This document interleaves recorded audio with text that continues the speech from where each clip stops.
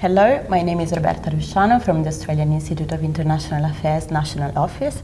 I'm here today with Chris Locke, the founder of Caribou Digital, which operates in digital development. Chris is here to attend the EU-Australia Leadership Forum, the sector policy workshop on digital development. Welcome, Chris. Thank you. How is ICT used for aid and development, and what is its impact? So we've seen over the last 10 years a huge explosion in the adoption of mobile phones, and then more recently in people accessing the internet over the mobile phones. And what that's meant is it's made it much easier to do traditional development in a digital way. And primarily this means if you're doing behavior change communications around health or other activities, then instead of using television or radio or poster campaigns, people have been putting money into SMS-based campaigns and other forms of mobile or digital technology to try and reach people. But even more significantly, and 10 years ago exactly, this year in 2017, when M-Pesa launched in Kenya, we saw SMS being used as a payments platform as well. So what we've seen in the last decade increasingly is what CGAP, the organisation based out of DC within the World Bank, calls Digital Finance Plus, or where mobile money using SMS and digital platforms has enabled people to get better access to health, education, energy, and a wide variety of other services, all by using really what is often very, very simple, basic technology like the SMS. So what we've seen in the last decade really is people understanding how you use digital to do traditional international development activities, behavior change communication, or delivery of services such as health, agricultural support, access to energy, etc. Mm-hmm. What are some of the exciting technologies that we are likely to see being used on development in the next future? So I think the shift we're seeing now is moving away from some of those quite basic technologies such as SMS into proper internet services. And more importantly, as people come online, people are really coming online into services that we would recognize from the West. So the most popular services in most emerging market countries are Facebook and WhatsApp, as they are everywhere. And we're seeing, therefore, a lot of really exciting use of those platforms. So as an example, if you look in Kenya, you will see a lot of smallholder farmers using Facebook groups as ways of trading smallholder crops such as perishable fruit and salads and onions, and all huge parts of the agricultural business in those markets, using Facebook groups as a way of organizing themselves and managing transactions between themselves. So we're now in an era when the kind of things that aid organizations were trying to stimulate in the last 10 years through use of SNS and other platforms, and now spontaneously and organically developing within the ecosystems of Facebook and WhatsApp and other platforms. Often we think of what technology can do for digital development. However, we live in a digital age already. What is the role of international development in our digital age, and how do you think it will change in the next few years?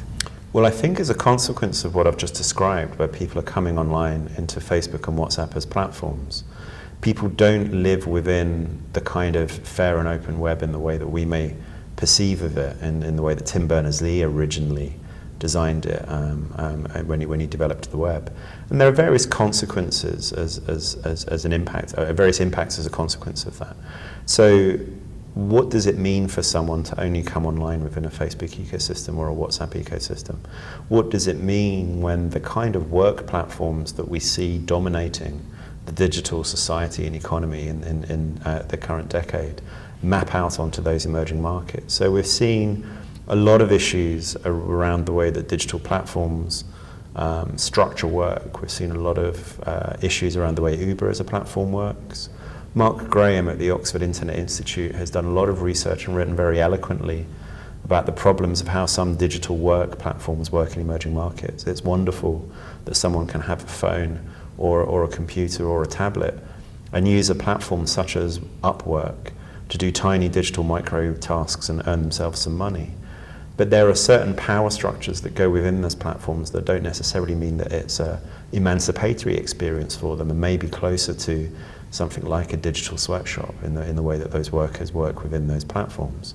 So we need to start looking more critically at the role these major digital platforms play in people's lives, and ask whether people genuinely have autonomy and agency within them, Or do they effectively enter into these big digital ecosystems in a way that leaves them more powerless than they were before? And therefore the role of aid, as it is in any other environment, is to say, are we protecting people's livelihoods? Are we protecting their autonomy and agency? And in the same way, we've looked at a wide range of industries, whether it's the coffee industry, the garment industry, and made sure that we are genuinely protecting people's rights within those. We need to look at that in the digital industry as well. Indeed, Mark Graham says we need probably a fair trade for digital work now. What are the areas where Australia and the EU could promote the use of digital technology in development? So I think there's a lot of commonality between the way international development organisations in Australia and Europe work on this. They've both put a lot of money and effort into growing digital adoption and digital skills, and a lot of support for digital financial services and mobile money. I'd like to see cooperation now about the way that these global platforms work, because these platforms exploit very much the global marketplace. And we've seen in particular Upwork is very popular in Indonesia and the Philippines, where it has the most users. I think it's really useful for the EU and Australia to coordinate around what is the best policy to work with these platforms, and how do we make sure that they're not exploiting regional differences in labour laws, in taxation laws, etc., so that there is an absolutely fair playing field for people to live and work in a digital society in the 21st century. That concludes our discussion on digital development. Thank you, Chris, for joining us. Thank you, Roberta. For more information on the EU-Australia Leadership Forum, visit europeaustraliaforum.eu. For more videos and interviews, visit internationalaffairs.org.au and follow us on Facebook and Twitter.